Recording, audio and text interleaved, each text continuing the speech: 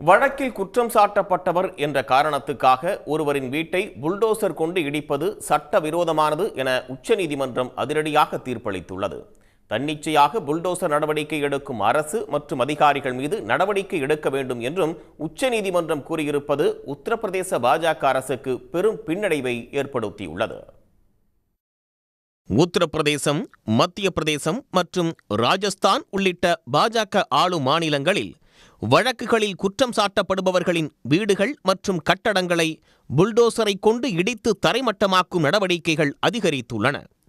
இத்தகைய நடவடிக்கைகள் பெரும்பாலும் சிறுபான்மையினரை குறிவைத்தே மேற்கொள்ளப்படுவதாக குற்றச்சாட்டுகள் எழுந்துள்ளன. இது தொடர்பான வழக்குகளை விசாரித்த உச்சநீதிமன்ற நீதிபதி PR கவாய் மற்றும் KV விஸ்வநாதன் அமர்வு பரபரப்பான தீர்ப்பை அளித்துள்ளது. அதில் ஒரு வழக்கில் குற்றம் சாட்டப்பட்ட அல்லது தண்டனை பெற்ற நபர்களின் வீடுகளை இடிக்கும் அதிகாரம் அரசுக்கு இல்லை என நீதிபதிகள் திட்டவட்டமாக தெரிவித்தனர். தண்டிக்கப்பட்டவராக இருந்தாலும் அவர்களது வீடுகளை தன்னிச்சையாக அதிகாரிகள் இடிப்பது சட்டவிரோதம் என தீர்ப்பளித்துள்ள நீதிபதிகள் ஒருவரின் குற்றத்தை நீதிமன்றங்கள்தான் உறுதி செய்ய வேண்டும் என்றும் நீதிமன்றத்தின் அதிகாரத்தை அரசு அதிகாரிகள் எடுத்துக்கொள்ள முடியாது என்றும் தெரிவித்தனர்.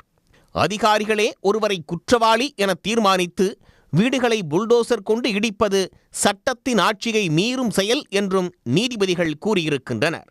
குற்றம் சாட்டப்படுபவரின் மொத்த குடும்பத்தையும் தண்டிக்கும் வகையிலான புல்டோசர் நடவடிக்கைகளை மேற்கொள்ளும் அதிகாரிகள் தண்டிக்கப்பட வேண்டும் என்றும் நீதிபதிகள் கூறியுள்ளனர். வீடுகளை இடிப்பதற்கு உரிய உத்தரவு இருந்தாலும் கூட முறையீடு செய்வதற்கான கால அவகாசத்தை வழங்க வேண்டும் என்றும், ஒருவேளை முறையீடு செய்யாவிட்டாலும் வீட்டை காலி செய்வதற்கான அவகாசத்தை வழங்க வேண்டும் என்றும் நீதிபதிகள் தெரிவித்தனர். குற்றம் சாட்டப்படுபவர்கள் தங்களுக்கான நிவாரணத்தை தேடும் வரை காத்திருப்பதால் வானம் ஒன்றும் இடிந்து விழுந்து விடாது என்றும் நீதிபதிகள் காட்டமாக தெரிவித்தனர்.